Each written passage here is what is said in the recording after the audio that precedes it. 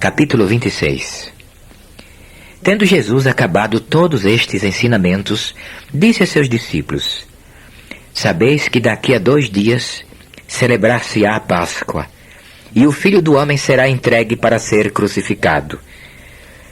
Então os principais sacerdotes e os anciãos do povo se reuniram no palácio do sumo sacerdote, chamado Caifás, e deliberaram prender Jesus à traição e matá-lo. Mas diziam: não durante a festa, para que não haja tumulto entre o povo. Ora, estando Jesus em Betânia, em casa de Simão leproso, aproximou-se dele uma mulher, trazendo um vaso de alabastro, cheio de precioso bálsamo, que lhe derramou sobre a cabeça, estando ele à mesa. Vendo isto, indignaram-se os discípulos e disseram: para que este desperdício? Pois este perfume podia ser vendido por muito dinheiro e dar-se aos pobres. Mas Jesus, sabendo disto, disse-lhes: por que molestais esta mulher? Ela praticou boa ação para comigo, porque os pobres sempre os tendes convosco, mas a mim nem sempre me tendes. Pois, derramando este perfume sobre o meu corpo, ela o fez para o meu sepultamento. Em verdade vos digo, onde for pregado em todo o mundo este evangelho, será também contado o que ela fez, para a memória sua. E um dos 12, chamado Judas Iscariotes, indo ter com os principais sacerdotes, propôs: que me quereis dar, e eu vos-lo entregarei. E pagaram-lhe 30 moedas de prata. E desse momento em diante buscava ele uma boa ocasião para o entregar. No primeiro dia dos pães asmos, vieram os discípulos a Jesus e lhe perguntaram: onde queres que te façamos os preparativos para comeres a Páscoa? E ele lhes respondeu: ide à cidade ter com certo homem, e dizei-lhe: o mestre manda dizer, o meu tempo está próximo, em tua casa celebrarei a Páscoa com os meus discípulos. E eles fizeram como Jesus lhes ordenara e prepararam a Páscoa. Chegada a tarde, pôs-se ele à mesa com os 12 discípulos. E enquanto comiam, declarou Jesus: em verdade vos digo que um dentre vós me trairá. E eles, muitíssimo contristados, começaram um por um a perguntar-lhe: porventura sou eu, Senhor? E ele respondeu: o que mete comigo a mão no prato, esse me trairá. O Filho do Homem vai, como está escrito a seu respeito, mas ai daquele por intermédio de quem o Filho do Homem está sendo traído. Melhor lhe fora não haver nascido. Então Judas, que o traía, perguntou: acaso sou eu, mestre?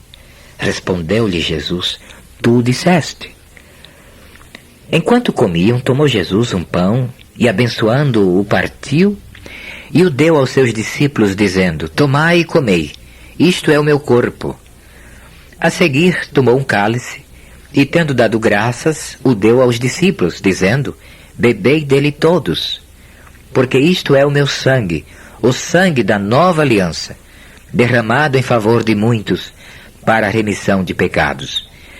E digo-vos que desta hora em diante não beberei deste fruto da videira, até aquele dia em que eu hei de beber novo convosco no reino de meu Pai.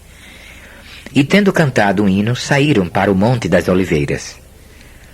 Então Jesus lhes disse: esta noite todos vós vos escandalizareis comigo, porque está escrito: ferirei o pastor e as ovelhas do rebanho ficarão dispersas. Mas depois da minha ressurreição, irei adiante de vós para Galiléia. Disse-lhe Pedro: ainda que venhas a ser um tropeço para todos, nunca o serás para mim. Replicou-lhe Jesus: em verdade te digo que nesta mesma noite, antes que o galo cante, tu me negarás 3 vezes.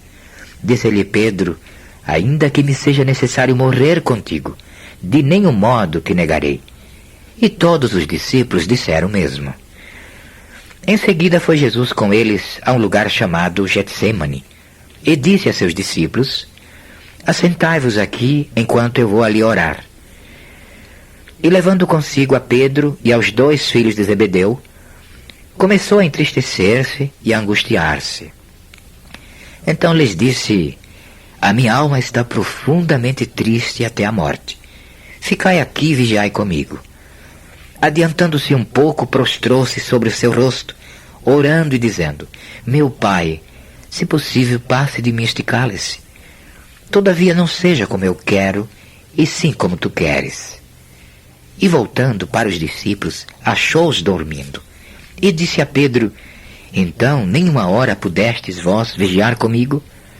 Vigiai e orai, para que não entreis em tentação. O espírito, na verdade, está pronto, mas a carne é fraca. Tornando a retirar-se, orou de novo, dizendo: meu Pai, se não é possível passar de mim este cálice sem que eu beba, faça-se a tua vontade. E voltando, achou-os outra vez dormindo, porque os seus olhos estavam pesados. Deixando-os novamente, foi orar pela 3ª vez, repetindo as mesmas palavras. Então voltou para os discípulos e lhes disse: ainda dormis e repousais. Eis que é chegada a hora, e o Filho do Homem está sendo entregue nas mãos de pecadores. Levantai-vos, vamos, eis que o traidor se aproxima. Falava ele ainda, e eis que chegou Judas, um dos 12, e com ele grande turba com espadas e cacetes, vinda da parte dos principais sacerdotes e dos anciãos do povo.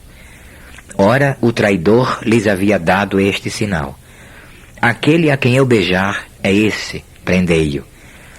E logo aproximando-se de Jesus, lhe disse: salve, mestre, e o beijou.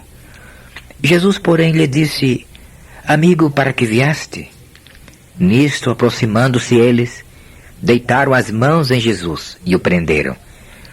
E eis que um dos que estavam com Jesus, estendendo a mão, sacou da espada e, golpeando o servo do sumo sacerdote, cortou-lhe a orelha.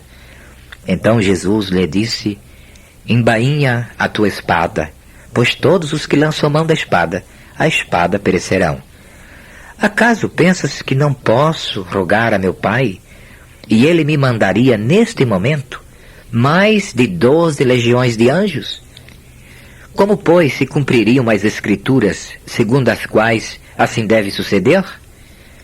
Naquele momento disse Jesus às multidões: saístes com espadas e cacetes para prender-me como a um salteador?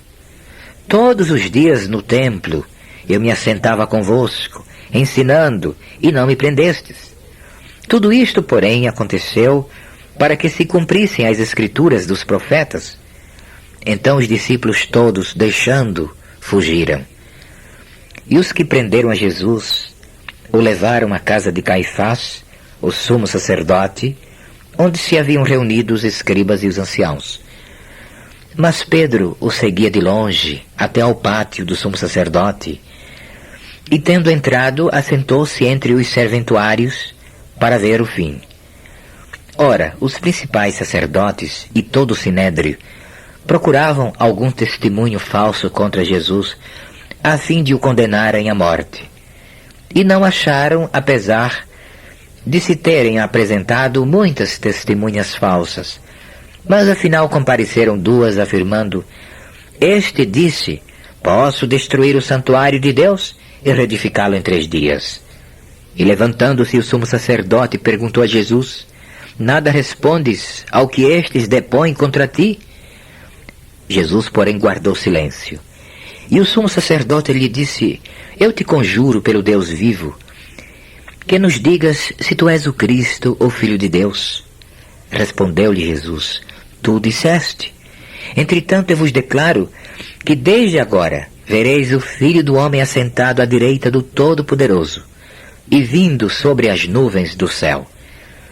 Então o sumo sacerdote rasgou as suas vestes, dizendo: blasfemou, que necessidade mais temos de testemunhas? Eis que ouvistes agora a blasfêmia. Que vos parece? Responderam eles: é réu de morte.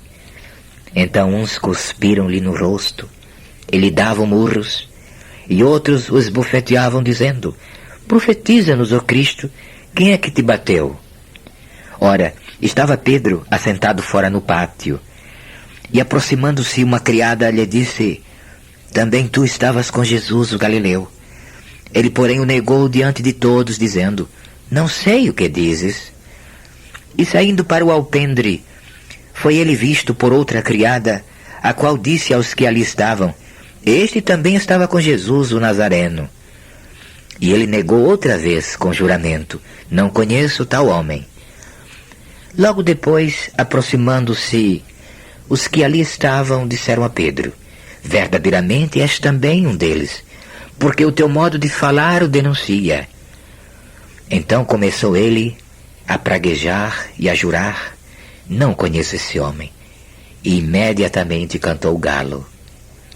Então Pedro se lembrou da palavra que Jesus lhe dissera: antes que o galo cante, tu me negarás 3 vezes. E saindo dali, chorou amargamente.